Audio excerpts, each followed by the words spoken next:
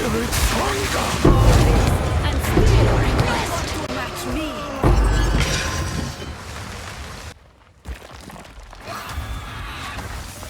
A bird Out of mana! its young.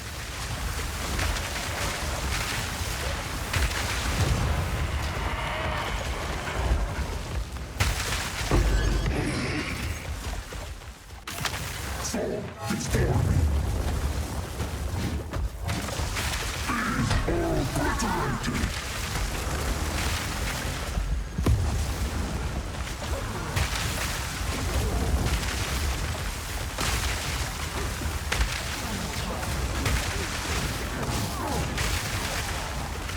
Entropy. Rip and tear.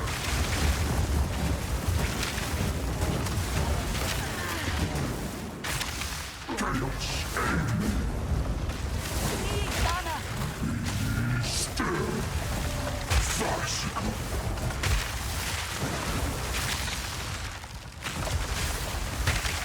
Out of mana! Need mana! Unamusing. Entropy. Still. Surge of chaos. Unamusing. Chaos aim me. My service is finally over.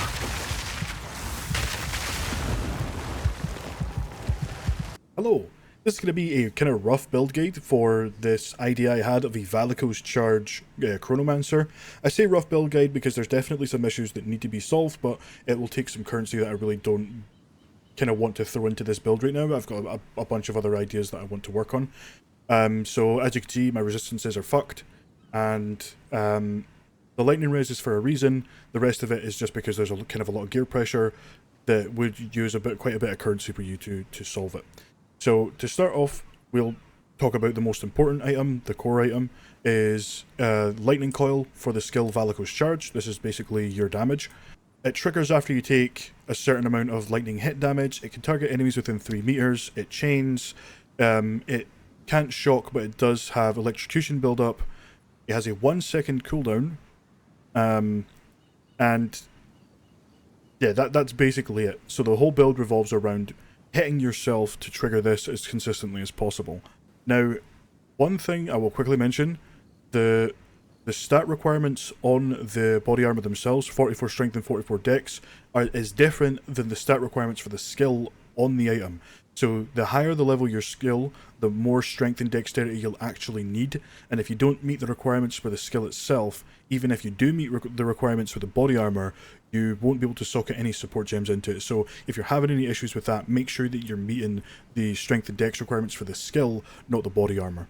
So we have to take lightning hit damage to trigger the skill. The good thing is lightning coil itself will convert 20 to 40% of the physical damage that you take from hits into lightning damage. So any physical damage or lightning damage you take can build that up, can help you meet the threshold. So to try and sort of do that a bit more consistently, I decided to go with Skuld's Bridle, which is a unique helmet that makes you take between 25 and 100% of your mana costs as physical damage, as a hit specifically. Anywhere, I think probably 85 to 90% is perfectly fine. You might have to tweak your lightning res a little bit, or try and pump up your mana costs a bit more somehow. That should be fine, around about there. It has some energy shield, some spell damage, some mana. It has reduced cast speed, it doesn't really matter. Then we have the Midnight Braid Belt, which gives some mana, 5 to 10% to all elemental resistances, and then 50% of damage taken recouped as mana. And then I have this corrupted with some lightning res, because it sort of brings me just below the amount of lightning damage I need to take to trigger Valako's Charge more consistently. But again, I'll get into that once we get to the skills and stuff. Then we're using the Blood of the Warrior flask for a percentage of the damage taken during flask effect is recouped as life, and the effect is not removed when unreserved life is filled. It also gives you some rage when hit by an enemy, which can let you use a Rage Forged, which is a support gem that lets you consume rage to have the skill deal more damage, and it works whether it's an attack or a spell. The next one we're using is Melting Maelstrom. Now, I want to preface this by saying that this flask is bugged, and by bugged I mean useless. It deals no damage. It does recover some mana, but it really does not make a difference for this build because of how the build works. You're recouping so much life and mana that your flask recovery is negligible. But what it's supposed to do is the effect is not removed when unreserved mana is filled, which is the main reason we're still using it even though it's bugged. It has a decently long duration, and then every 3 seconds during the effect it's supposed to deal 50% of mana spent in those seconds as chaos damage to enemies within 3 meters, deals 25% of your current mana as chaos damage to you when the effect ends. This deals no damage to enemies, no matter how much mana you spend, but it will still deal damage to you, so that's fun.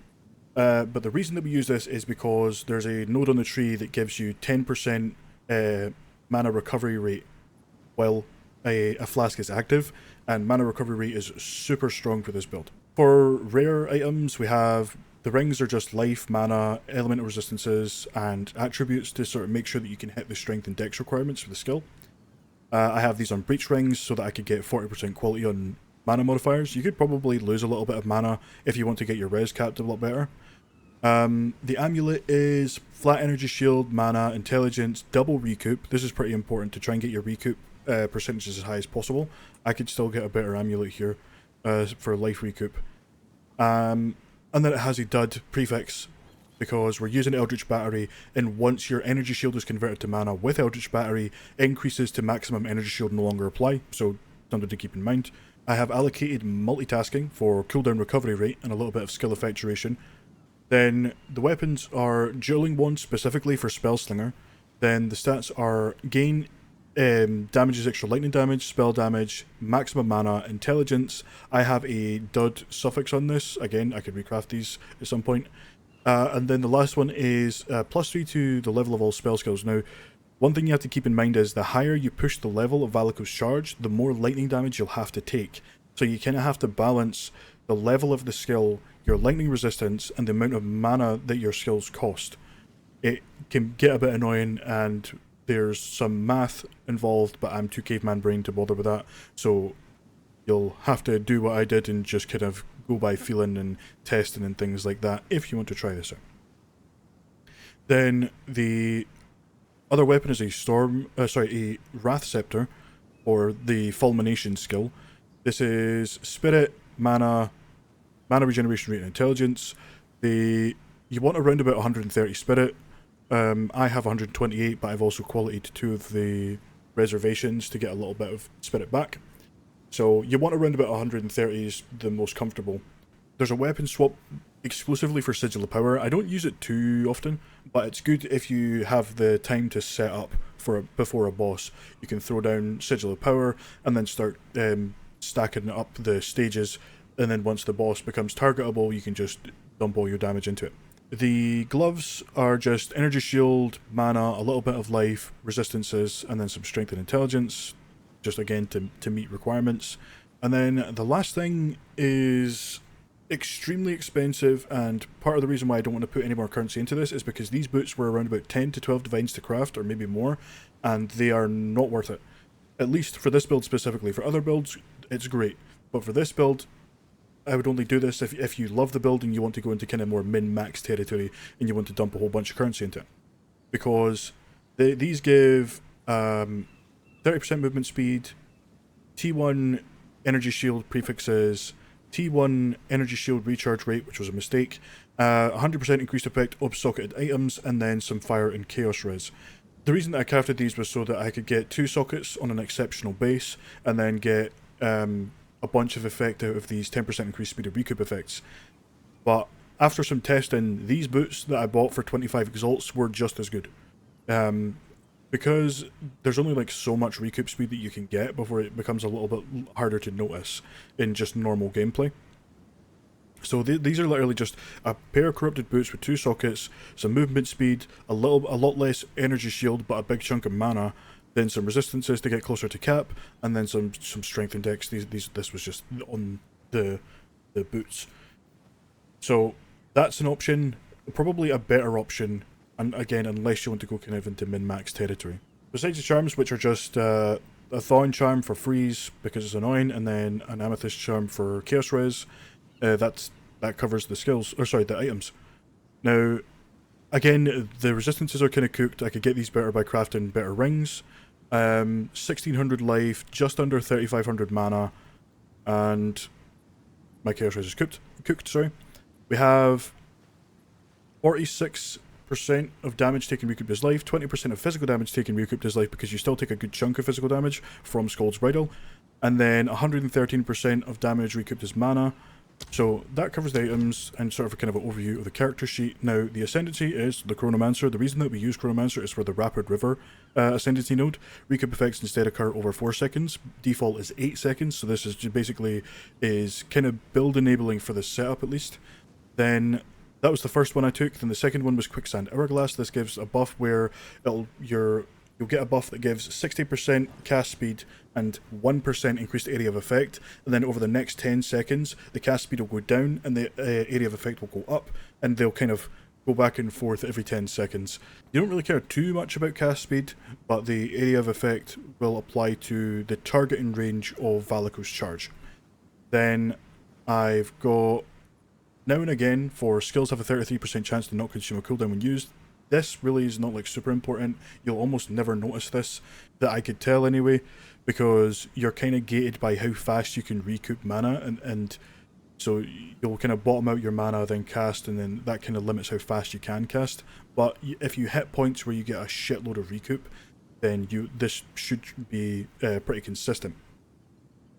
And then the last one is Inevitability for Inevitable Agony. This is basically just single target. I'm currently level 87, which allows me to get Whispers of Doom, and then I can do Elemental Weakness and Inevitable Agony for a bit more single target. So onto the actual tree itself, it's basically just do all of your attribute requirements and then just intelligence for mana. Then we've got, for mana nodes specifically, we have Mana Blessing for flat mana and mana regeneration rate. These nodes here for mana on kill and a little bit of mana regeneration rate. Arcane Blossom for increased mana recovery rate. This is absolutely gigantic for the build because it basically is a multiplier for your recoup amount, so this is really good. Next one for mana is we have Arcane Intensity for 3% increased spell damage per 100 maximum mana, and then Raw Mana for increased maximum mana and increased mana cost of skills. We have Adverse Growth for damage taken recouped as mana. Then we take the small nodes here for damage taken from mana before life. We have Mental Perseverance for damage taken from mana before life. Then we have Lucidity for the same again. We have Chakra of Thought for the same again. And then a little bit of intelligence here. We have Forthcoming for cooldown recovery rate. We have the small node here going into Temporal Mastery for more cooldown recovery rate. We have All Natural for some LA damage and a little bit of LA res. Glazed Flesh for damage taken recouped as life and mana. We use Ritual Cadence, which makes your invocation skills instead trigger spells every 2 seconds instead of all at once. Then it makes it so that they can't gain energy while triggering spells, but the spells consume 50% less energy. We use this for Spell Slinger with Frostwall for single target. But again, I'll go more into that.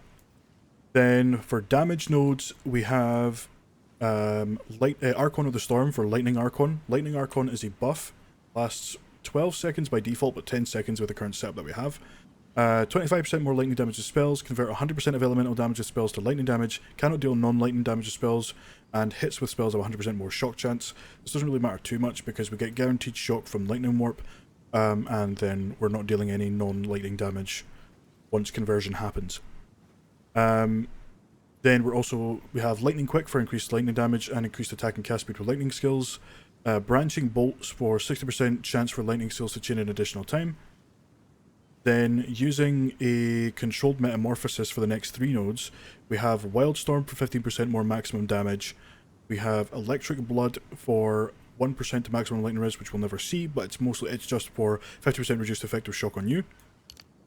And then we have Stormwalker, which gives another 40% and then another 10% reduced effective shock on you from these 2 nodes here. And then gain 50% of damage is extra lightning damage while on shock ground. You're always on shock ground when you're through general mapping, so this is basically all active. the reason that we take reduced effective shock is because taking damage from Scold's Bridle when it's converted to lightning will shock you because you're dealing a lot of damage to yourself. So we take this to make sure that we're just not taking extra damage for no reason. Oh, and we also have Top Flesh. For 20% of physical damage taken recouped as life. You still take quite a lot of physical damage even though some of it's converted.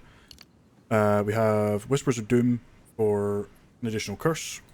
This would only have this. You would only take this once you get Inevitable Agony. So the very last point that I should speak about is this node here, Altered Brain Chemistry. The reason why we're using the Mana Flask, even though it is bugged, is because of this node. 10% increased mana recovery rate during the effect of any Mana Flask is a crazy buff that is very noticeable when you get it. Now, if you don't have the currency or you don't want to fuck your resistances this bad with Controlled Metamorphosis, you can go... I didn't originally have Archon of the Storm, and I just pathed down here at the top, yeah, kind of down here at the top and then into these nodes here, leading into Wildstorm and Electric Blood. So, as you're leveling, that's probably what you'll want to do. But you'll want to make sure that you get sort of these damage taken from Mana Before Life nodes kind of early-ish, because you need to split your damage between your life and your mana, otherwise you will just absolutely shit on yourself and die. Eldritch Battery is super important because it converts all of our energy shield to mana, so more mana, and it also doubles our mana costs. So this allows our Lightning Warp to cost over 1600 mana. So the last thing to talk about quickly is the skills. So the main skill is, again, Valako's Charge. The quality on the skill actually comes from the quality of your body armor, but it won't show on the skill. Just a little bug currently. I have cooldown recovery on this for cooldown recovery rate. Then Control Destruction for more hit damage. I have Rage Forged, which support skills consume 10 rage if possible to deal 35% more damage. And then I have Piety's Mercy. The only reason I'm using Piety's Mercy is because it basically drops everything to 1 life, and then you can cull it with Lightning Warp, which means that you can benefit from Soul Drain, and then also just generate a lot of Shocked Ground more consistently, and it just feels cool as shit. So other options you can have, if you're doing bosses, obviously you're not going to want Piety's Mercy because it's just a dead slot, so you can either go for Lightning Penetration or Execute. So, and even if you don't want to use Rage Forged, you could just throw in Lightning Penetration or Execute again. I use Execute for the longest time, and then I started using Rage Forged recently. So the next skill is Lightning Warp. This is kind of the main thing you're going to cast.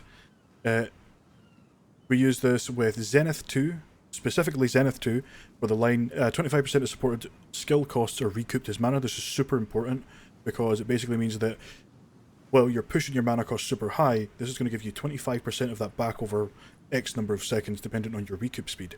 Magnified Area is literally just to push up the cost of the skill, and it also does benefit the Nova explosion when you use it, and also the Shocked Ground it creates. Unleash for, again, mana cost, and it just helps cull more enemies per cast, and again just makes it kind of feel like Flicker. It's cool. And then Soul Drain, as I mentioned before, recover 12% of maximum mana over 4 seconds when support skills cull enemies. So combining Piety's Mercy with Soul Drain allows you to stack up loads of these recovery instances, and it's really noticeable when you're going through like abysses and shit like that. The next one is Frost Bomb. We use this for exposure. Zenith 2 again for recoup. Potent Exposure for exposure effect. Arcane Surge for kind of conditional mana regeneration and cast speed. And then cooldown recovery or cooldown recovery rate. Most important buff is Archmage, because non-channeling spells cost an additional 6.7% of your maximum mana, and then it also gives 4% of lightning damage as extra. 4% of damage as extra lightning damage for each 100 maximum mana you have. I've got this at level 14 because it's, as you level this skill, the lower it lowers the mana cost. So because we want to keep the mana cost high, you can just leave this at 14 because it's the only thing that scales. I've got Mana Remnants. You won't really notice this too much, but it's basically just to throw in an extra clarity. because we have Clarity 2 and Clarity 1 for 80% increased mana regeneration rate while the skill's active. And then we have a Blasphemy Aura with Elemental Weakness and Heightened Curse. Depending on how much Spirit you have, you'll be able to throw in an extra support here, but I only have 3 Spirit left, and Heightened Curse works perfectly fine for what I needed to do. Then Inevitable Agony is from your Ascendancy. It's a curse that basically just makes the cursed target take a percentage of the hit damage dealt to them while it was active. That when it ends, they'll take that damage again. On this, I've got Focused Curse for less delay, Rapid Casting just to cast it faster, Efficiency to make it cost less, Prolonged Duration to make the curse last longer so that you have more time to build up damage. Then the next one is Spellslinger from the Wand. This is a meta gem or meta skill. It gains energy as you cast spells up to a maximum amount, and then you can use the skill again to cast those spells up to the amount of energy that you have. So it has a maximum energy of 500, and socket spells consume 10 energy per 0.1 seconds of base cast time when triggered. So basically, normally this would just blast them all out in one go, but because we're using Ritual Cadence, it allows you to pace them out without having to sit still and cast them, which is really good for keeping up your sort of single target when targets move and things like that. So with that, we're using Frostwall. The reason that we're using Frostwall is because it allows Valako's charge to chain from the boss to the Frostwall and then back again. And it just absolutely supercharges your single target. Sometimes though, it won't target the boss as consistently, but sometimes it'll when it's perfect, it just absolutely obliterates them. And another reason why we're using this is because with Lightning Warp, we do generate Lightning Infusion. So we can get a chunk of extra lightning damage on these when they do pop. Now, with this, we're using Anne's Citadel to turn the wall into a fissure. So normally, obviously, Frostwall casts horizontally from your character, and Anne's Citadel will make it cast in a straight line away from your character. We are also using Calm's Madness, which is absolutely bugged because it says it supports melee attack skills, which create fissures, but it also works on Frostwall with Anne's Citadel. Shouldn't, but it does. But this basically allows it to create additional fissures. And then the last thing is, again, Zenith 2 for recoup.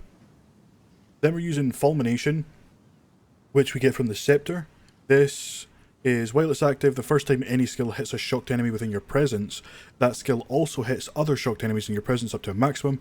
So basically, you'll kill an enemy with Lightning Warp, you'll throw out Shocked Ground, and then every enemy in your presence, every time you trigger Valako's charge, will take a chunk of extra damage, because they'll take damage from the skill, and then they'll take an extra 30% or so from Fulmination. So it's pretty good. Then we've got Lightning Mastery to push the skill level up. It doesn't show on Fulmination itself, but it does show on the character sheet, or the pullout for the skill. Execute to give it a bit more damage. Elemental Focus because it can't inflict shock anyway. And then we get Electrocution from Valako's charge. So we just do Elemental Focus for more damage, and I'm not really sure what else to throw in that at the end here. And then the last one is Sigil of Power, which we get from the staff in the weapon swap. This basically, you place a sigil on the ground, it tracks how much mana you spend, you gain stages up to 4 depending on how much mana you spent, and then each buff stage gives you 14% more spell damage. So again, if you have the chance to set up for a boss, you can basically just throw this down and then start casting your spells to build up the stages, and then when the boss becomes targetable, you just shit all over it. I have an empty socket. I don't know what to put in there. I was looking at Heart of the Well, but they're super expensive now. And one thing I did forget to mention actually is the From Nothing jewel we have here.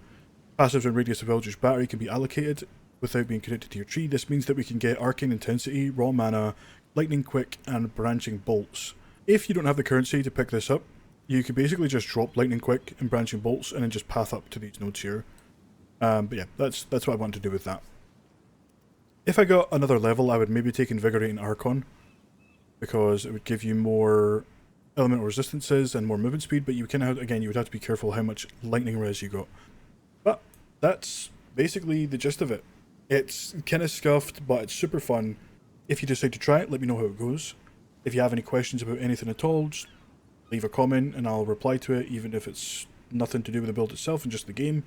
And I should hopefully be back again within the next couple of days with another build that is a bit of a weird take on Mana Thorns. But we'll see how that goes. And yeah, thanks for watching. I'll see you next time.